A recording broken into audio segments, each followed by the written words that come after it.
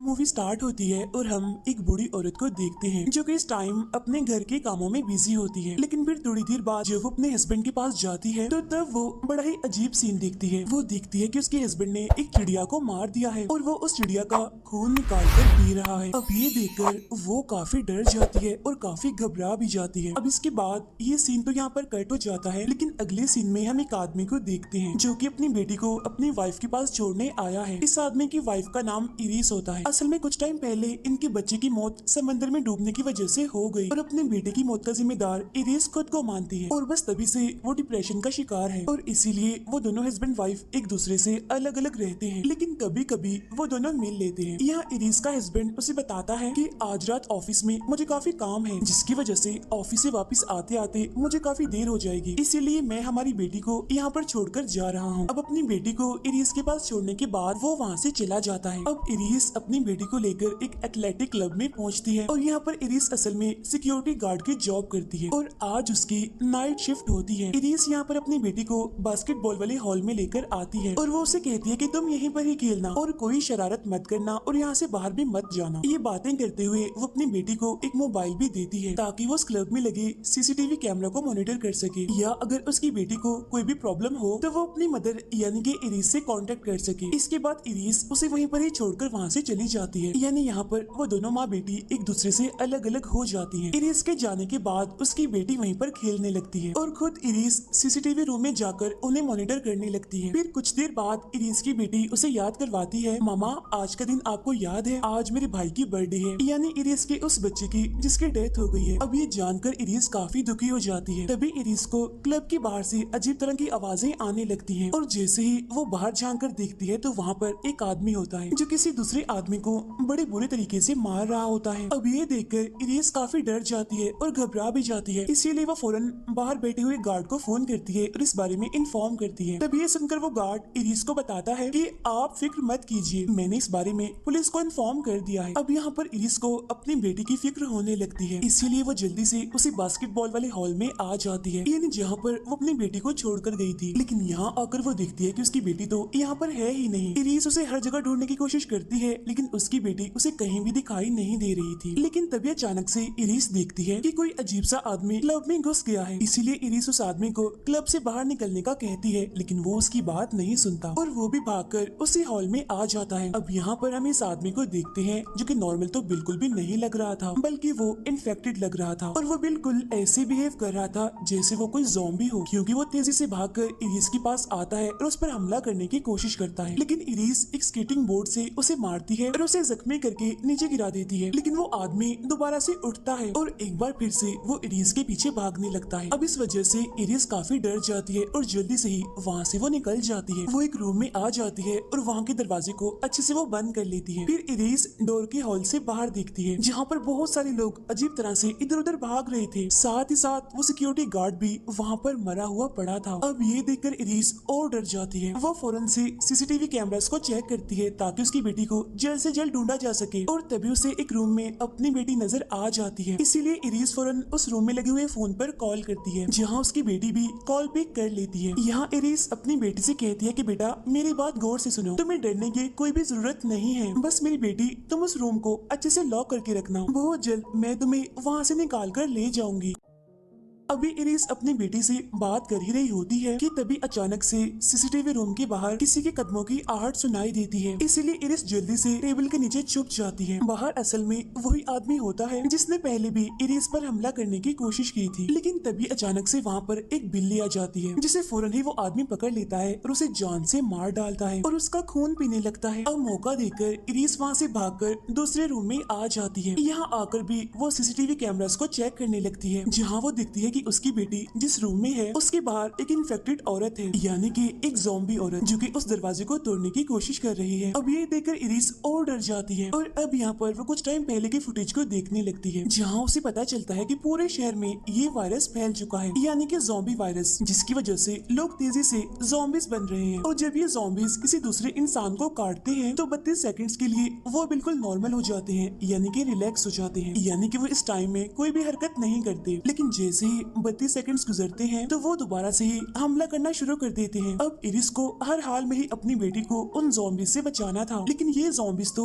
एक एक करके उस क्लब में घुसते ही जा रहे थे। यहाँ पर इरिस उन ज़ॉम्बीज से छुप छुप कर और उनका ध्यान भटका भटका कर अपनी बेटी के पास जाने की कोशिश कर रही होती है, लेकिन तभी अचानक से एक ज़ॉम्बी उसे पकड़ लेता है और उस पर हमला कर देता है। इस हमले में वो ज़ॉम्बी बस उसे काटने ही वाला होता है कि तभी एक आदमी वहाँ पर आ जाता है और वो इरिस की जान बचा लेता है उस ज़ॉम्बी से। इसके बाद वो आदमी इरिस को लेकर वहाँ से भागने लगता है, जहाँ वो ज़ॉम्बी भी उनका पीछा करते करते भाग रहा होता है। भागते भागते ये लोग एक पूल के पास पहुँच जाते हैं और फौरन से ही पानी के अंदर कूद जाते हैं, जहाँ वो ज़ॉम्बी भी इनके साथ साथ पानी में कूद जाता है। लेकिन कुछ ही देर के बाद डूबने की वजह से उस ज़ॉम्बी की मौत हो जाती है। इसके बाद वो आदमी इरिस को बाहर निकालता है और उसे बताता है कि मेरा नाम लुइस है और मैं अपनी वाइफ को हॉस्पिटल लेकर जा रहा था क्योंकि मेरी वाइफ का बेबी होने वाला है, लेकिन रास्ते में ज़ॉम्बीज ने हमारी एम्बुलेंस पर हमला कर दिया और इसी वजह से मैं अपनी वाइफ को लेकर यहाँ पर आ गया। इसीलिए अब तुम्हें ही मेरी वाइफ की मदद करनी होगी ताकि मेरी वाइफ बेबी को पैदा कर सके। यहाँ पर लुइस इरिस को ये भी बताता है कि ज़ॉम्बीज असल में पानी के अंदर तैर नहीं सकते, इसीलिए कुछ देर में ही डूबने की वजह से उनकी मौत हो जाती है। अब इन बातों के बाद लुइस इरिस को लेकर अपनी वाइफ के पास आता है, लेकिन यहाँ पर आकर इरिस देखती है कि लुइस की वाइफ नॉर्मल नहीं है बल्कि वो इन्फेक्टेड है, जिसे लुइस ने चेयर से बांधा हुआ था। यहाँ पर लुइस की वाइफ एक खतरनाक ज़ॉम्बी में बदल गई थी। अब ये देखकर इरिस इतना घबरा जाती है कि वो हेल्प करने से साफ इनकार करती है और वहाँ से भागने लगती है, और तब इस वजह से लुइस को काफी गुस्सा आता है। इसीलिए वो बातों ही बातों में इरिस से कहता है कि अगर तुम्हारी बेटी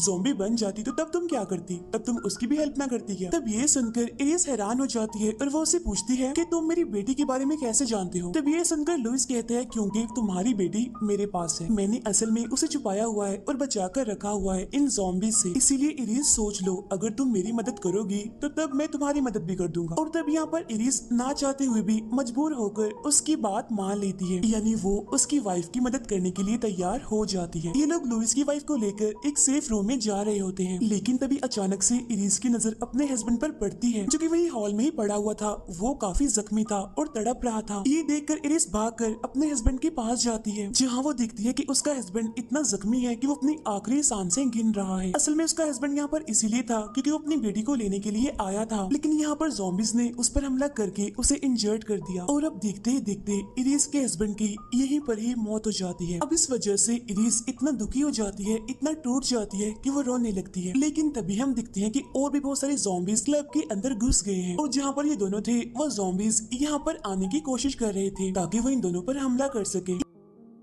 यहाँ लुइस इस जगह पर बहुत सारा स्मोक फैला देता है जिससे वो ज़ॉम्बीज उन्हें नहीं देख पाते और वो लोग एक सेफ जगह पर चले जाते हैं। लेकिन यहाँ पर भी एक ज़ॉम्बी होती है जो कि लुइस की वाइफ का पेट काटने की कोशिश करती है, लेकिन इरिस उस ज़ॉम्बी का ध्यान भटका कर लुइस की वाइफ को एक रूम में ले जाती है, जहाँ पर वो दोनों लुइस की वाइफ की मदद करते हैं और वो यहाँ पर एक बेबी को पैदा करती है। लेकिन तभी अचानक से लुइस की वाइफ लुइस पर हमला कर देती है और वो फौरन ही उससे अपना बच्चा छीन लेती है। इसके बाद वो अपने बेबी को भी काटने की कोशिश करती है, इसीलिए लुइस को मजबूरन ना चाहते हुए भी अपनी वाइफ को शूट करके मारना पड़ता है। इसके बाद इरिस लुइस से पूछती है कि अब मैंने आपकी हेल्प कर दी है, इसलिए अब आपकी बारी है मेरी हेल्प करने की, तो चलिए बताइए मेरी बेटी कहाँ है, किस रूम में है? तब इस पर लुइस उसकी बात का जवाब देता है और उसे बताता है कि तुम्हारी बेटी बॉइलिंग रूम में है। और तब लुइस डर डर कर अपनी बेटी को ढूंढने के लिए आगे बढ़ती है और फिर वो किसी तरह बड़ी मुश्किल से बॉइलिंग रूम तक पहुँच जाती है। यहाँ आकर वो दिखती है कि इस रूम में उसकी बेटी का बैग पड़ा हुआ है, साथ ही साथ यहाँ आसपास बहुत सारा खून भी फैला हुआ था। लेकिन तभी अचानक से इरिस की नजर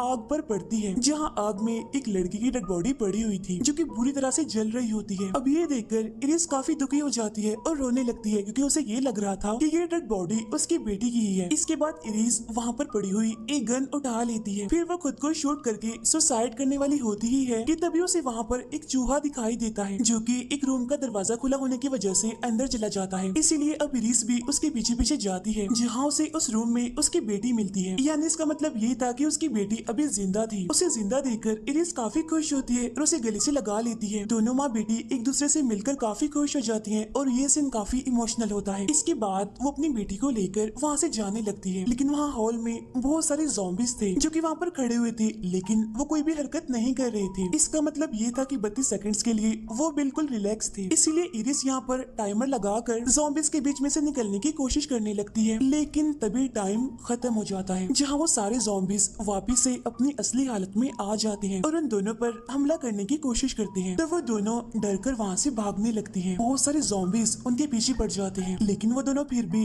हिम्मत नहीं हारती और आगे बढ़ती रहती हैं। फिर वो भागते भागते क्लब से बाहर आ जाती हैं, जहाँ ज़ॉम्बीज भी बाहर आ जाते हैं उनका पीछा करते करते। वो दोनों वहाँ पर खड़ी हुई एक गाड़ी में आकर बैठ जाते हैं। फिर इरिस लकड़ी का एक टुकड़ा लेकर उसे रेस पर रखती है और गाड़ी को स्टार्ट कर देती है। फिर वो दोनों दोबारा से गटर के रास्ते से होकर दोबारा से क्लब के अंदर आ जाती हैं। इस तरह से ये खाली गाड़ी ही आगे चलती जा रही थी, क्योंकि रेस पर लकड़ी का टुकड़ा जो रखा हुआ था और ज़ॉम्बीज को यही लग रहा था कि वो दोनों माँ बेटी इसी गाड़ी में ही है। इसीलिए ज़ॉम्बीज उस गाड़ी को रोक लेते हैं और अंदर चेक करते हैं, लेकिन वो दिखती है कि अंदर तो कोई भी नहीं है, गाड़ी खाली है। यानी इस तरह से यहाँ पर इरिस का प्लान कामयाब हो गया, यानी वो इन ज़ॉम्बीज को धोखा देने में सक्सेसफुल ही रही। इसके बाद हम इरिस और उसकी बेटी को देखते हैं, जो कि क्लब के अंदर होती हैं और आगे बढ़ रही होती हैं। जहाँ कुछ आगे जाने के बाद उन्हें लुइस मिलता है, जो कि काफी बुरी हालत में था। यहाँ इस टाइम लुइस के पास उसका बच्चा भी होता है। यहाँ पर लुइस इरिस को बताता है कि बाहर समंदर के पास मेरी एक बोट खड़ी हुई है, जिसके जरिए तुम यहाँ से भाग सकती हो, इस मुसीबत से निकल सकती हो। बस किसी तरह तुम यहाँ से निकलकर